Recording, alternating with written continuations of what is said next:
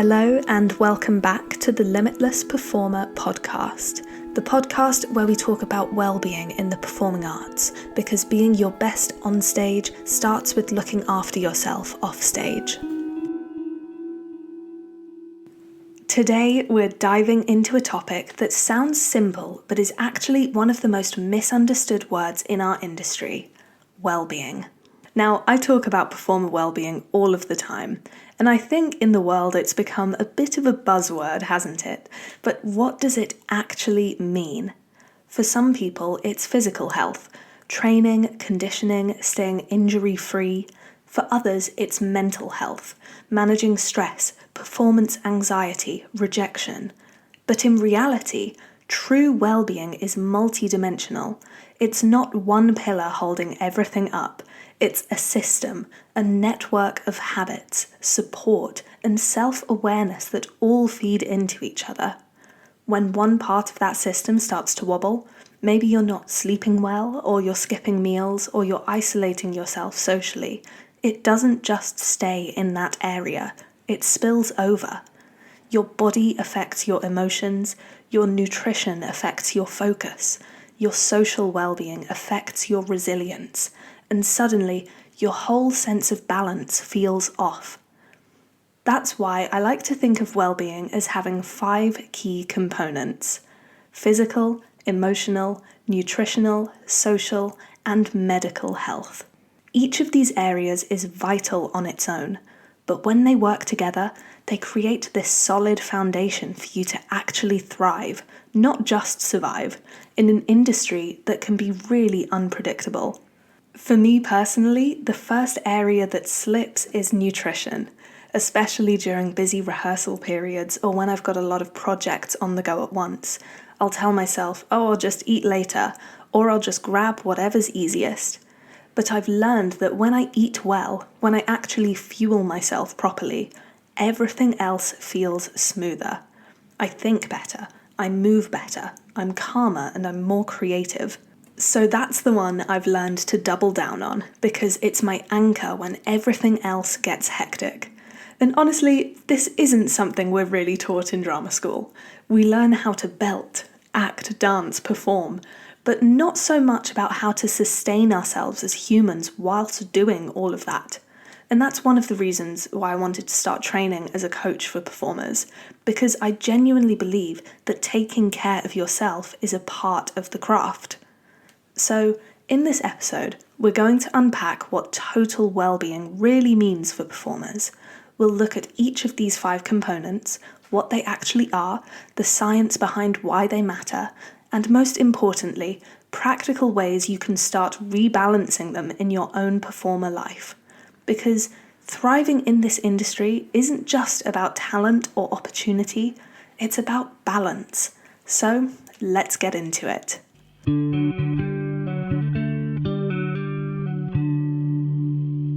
Let's start with what some might say is the most obvious pillar of well-being: physical health. As performers, we are our instruments. Our bodies are our work tools, our means of expression, our source of power, our vehicle for storytelling. And yet, it's often the part we push the hardest and listen to the least. We all know movement matters, but physical well-being isn't just about training hard. It's about finding balance between movement, rest, and recovery. From a science point of view, your physical health is your foundation. It impacts everything else: your energy levels, your mood, your focus, your immunity, and even how you handle stress. When you move your body regularly through dance, running, Pilates, gym work, or whatever your thing is, your brain releases chemicals like endorphins and serotonin. Those are your feel-good neurotransmitters. They help stabilize your mood, reduce anxiety, and boost concentration. That post-class high you feel, that's literally your brain giving you a dose of natural stress relief. But, and this is a big one, there is a fine line between movement that nourishes you and movement that depletes you. Overtraining is so common in performers. We're conditioned to push through pain, to do the routine one more time, to keep going even when our bodies are screaming for rest. But when you overtrain, your body starts producing excess cortisol, which is your stress hormone. And when cortisol stays high for too long, it does the opposite of what you want. It drains your energy, messes with your sleep, weakens your immune system, and even impacts your mood and recovery. That's how burnout starts creeping in. So if you've been feeling constantly tired, sore, or emotionally flat, even when you're technically doing everything right, that might be a sign that your body's asking for rest, not more intensity. And speaking of rest, let's talk sleep. Sleep isn't a luxury, it's a performance enhancer. During deep and REM sleep, your body repairs muscle tissue, your brain consolidates memory, and your nervous system resets. It's literally where your progress locks in. If you skip that recovery time, it's like rehearsing a dance combo every single day, but never giving yourself time to go over it. So if you want to perform at your best, you need to protect your sleep like you protect a call time. Try going to bed and waking up at consistent times. Keep your room dark and cool, and give yourself at least 30 minutes screen-free before bed. You wouldn't arrive to perform a show and run straight out on stage without warming up, so don't expect your brain to perform when it's overstimulated by blue light and scrolling. Now, let's talk about how to train smarter, not just harder. You need to aim for a balance between strength, mobility, endurance, and recovery. And if you listened to last week's TikTok on mobility versus flexibility, you'll remember this. Flexibility is your ability to lengthen a muscle, but mobility is your ability to control that range. I feel like I said ability 20 times then.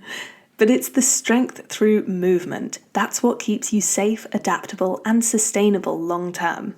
So when you're planning your week, think variety. 1 or 2 heavy strength-based sessions to build control and power. Some sort of cardio or endurance work to support your stamina. Active recovery, things like yoga, swimming, or walking to help your body repair. And at least 1 full rest day where your only goal is recovery. Because recovery isn't laziness, it's part of the process. Rest is where your body integrates the benefits of your training.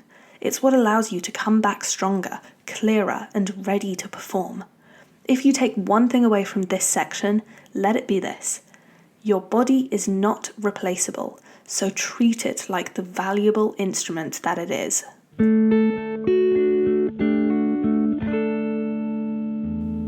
If physical well-being is about caring for your body as your instrument, then emotional well-being is about caring for your inner world, your thoughts, your feelings, your mindset, and your identity. And honestly, this is the one that can make or break your relationship with performing, because the industry doesn't just challenge your skills, it challenges your sense of self. As performers, we live in a world of constant evaluation. Auditions, feedback, contracts that come and go, social media highlights. It's a roller coaster of highs and lows, and your nervous system is right there on the ride with you. From a science perspective, every time you experience rejection, uncertainty, or high pressure, your brain's amygdala, the part responsible for detecting threat, kicks in. It activates your fight or flight response. That's why you might feel your heart race before an audition, or why a no from a casting feels bigger than it logically should. Your brain literally interprets it as danger. Emotional rejection equals social threat. But here's the empowering part. You can train your brain to respond differently. When you practice things like mindfulness, journaling, or breath work, you're not just doing something nice. You're literally rewiring your nervous system. These tools calm the amygdala and increase activity in your prefrontal cortex, the area of your brain responsible for decision-making, focus, and creativity. So by slowing down, you're actually making yourself more creative and resilient. And let's talk about self-compassion, because this one's huge. We often think that being hard on ourselves will push us to do better, but research consistently shows the opposite. Self-compassion actually lowers cortisol, improves motivation, and helps you recover faster from setbacks. When you speak to yourself with kindness instead of criticism, you create a safe internal space to grow. Because when you feel safe, your brain can take risks, and that's where creativity lives. Now, for performers, emotional regulation is everything. You're constantly putting yourself in vulnerable positions, being judged or told no or compared to others. If you don't have emotional tools to ground yourself, every no starts to chip away at your confidence. And when your identity becomes too tied to your work, we know about this one from an episode a few weeks ago, every quiet season feels like a personal failure. That's why building a strong inner foundation matters. You need to know who you are beyond the role, beyond the applause, beyond the next job, because that's what keeps you steady when the industry gets too loud.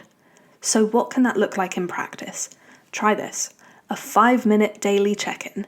Ask yourself, what am I feeling right now? And what do I need?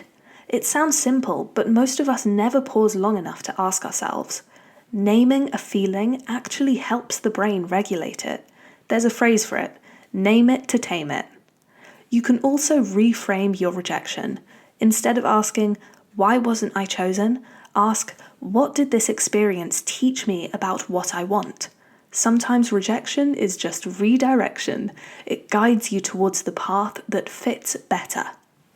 You can also use bookend rituals, something grounding before and after auditions or performances. It could be a short breathing exercise, journaling, listening to a specific playlist, anything that signals to your brain, I'm stepping into work now, and later, I'm stepping back into myself. That boundary helps protect your sense of identity. And remember, therapy or coaching isn't just for crisis, it's for maintenance. Just like you wouldn't wait for an injury to start stretching, you don't need to wait for burnout to care for your mental health. Having a safe space to unpack things is a form of training too. Training for your mindset and emotional strength. If you take one message from this section, let it be this. Your emotional well-being isn't separate from your artistry. It fuels it. When you're grounded, compassionate, and emotionally aware, you perform with more truth, depth, and freedom.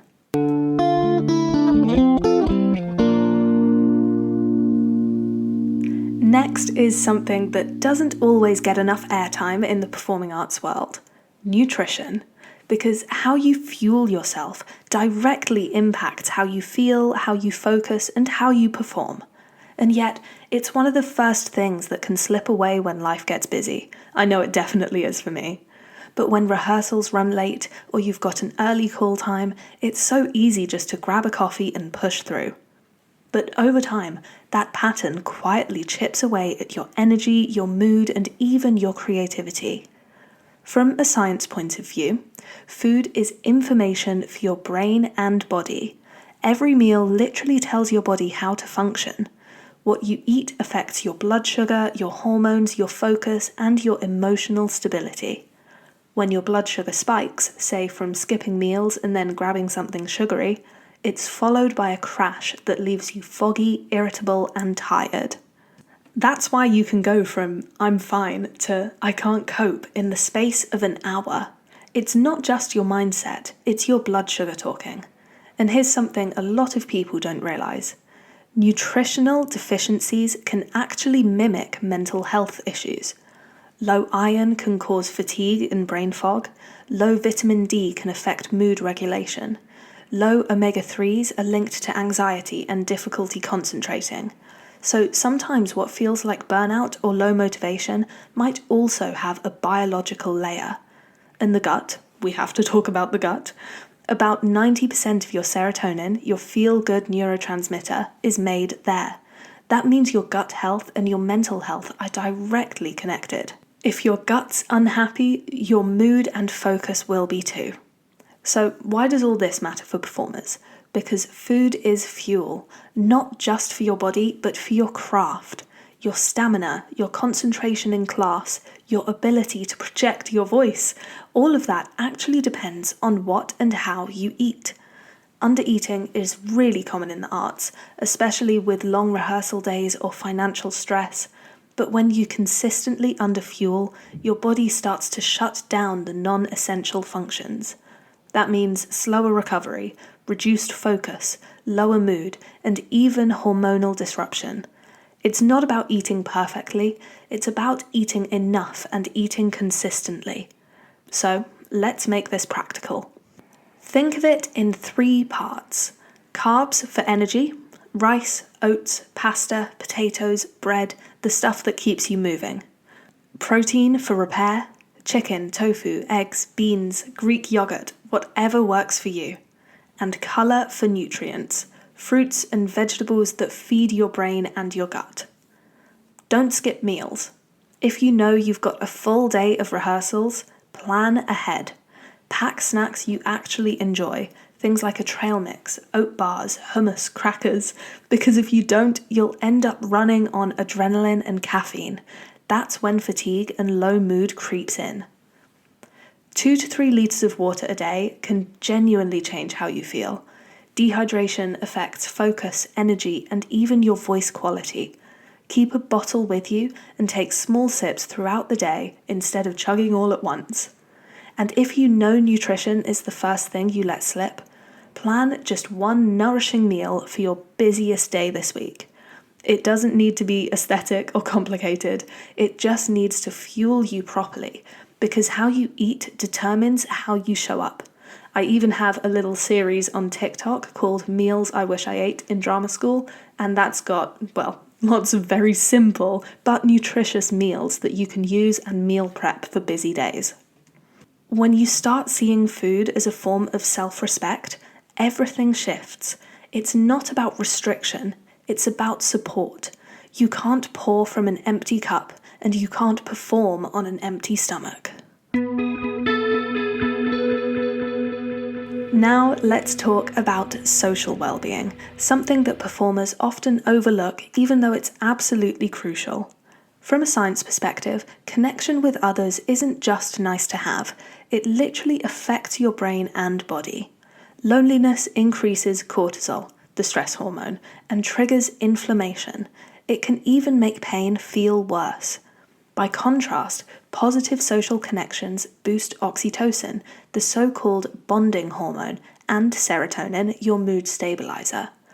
Research consistently shows that social well-being predicts resilience and mental health more reliably than money or status.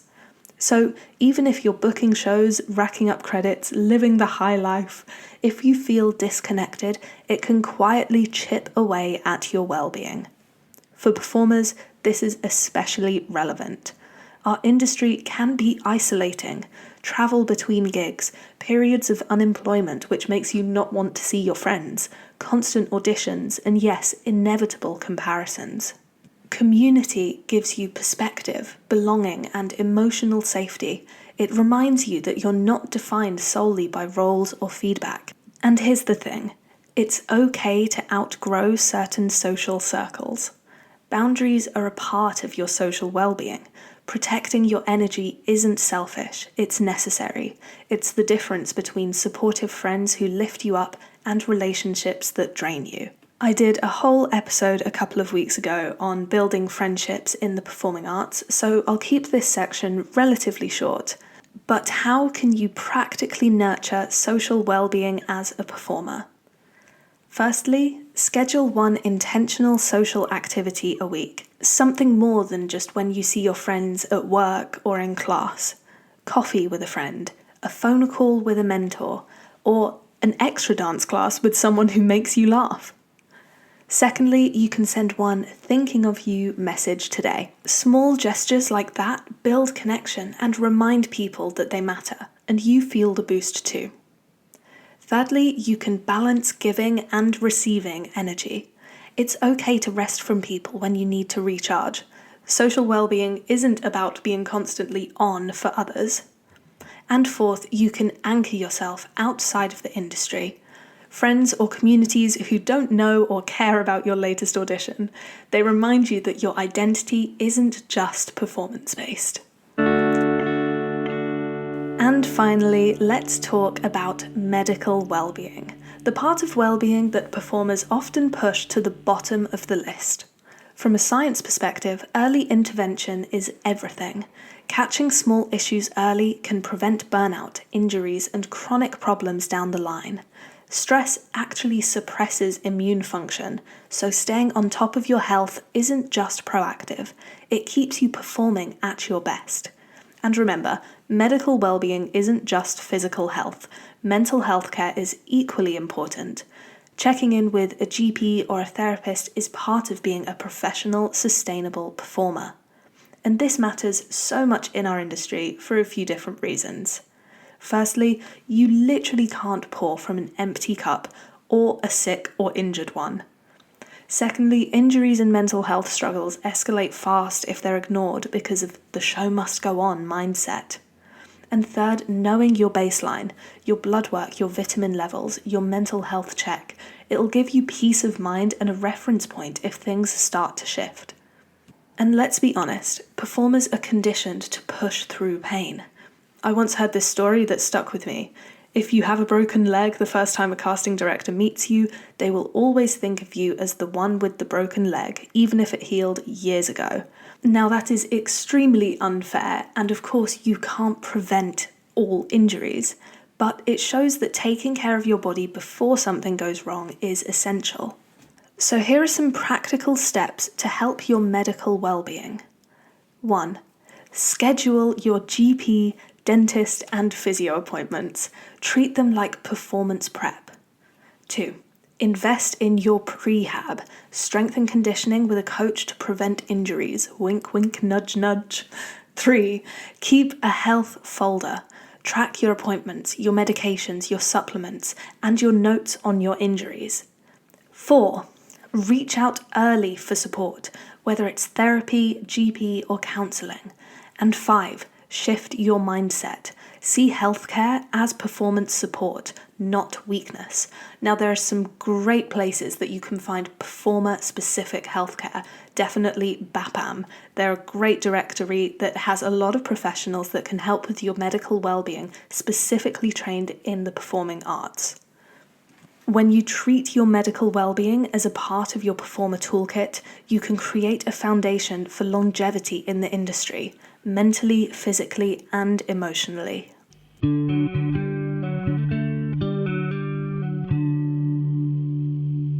So, as we wrap up today, let's pause and take it all in. One of the biggest takeaways from this episode is that well-being isn't a checklist, it's a system. You can't be limitless as a performer if you're running on empty in one area, no matter how strong the others are. Here's a question to sit with. Which component do I tend to let slip first? For me, as we know, it's nutrition, but I've learned that if I double down there, everything else flows a little better. Try this reflection exercise this week. Take 5 to 10 minutes with your journal and rate yourself 1 through 10 in each of these areas: physical, emotional, nutritional, social, and medical well-being. Once you've done that, ask yourself, what's one small shift I can make to bring one of these scores up, even just by 1 point? Remember, balance doesn't mean doing everything perfectly.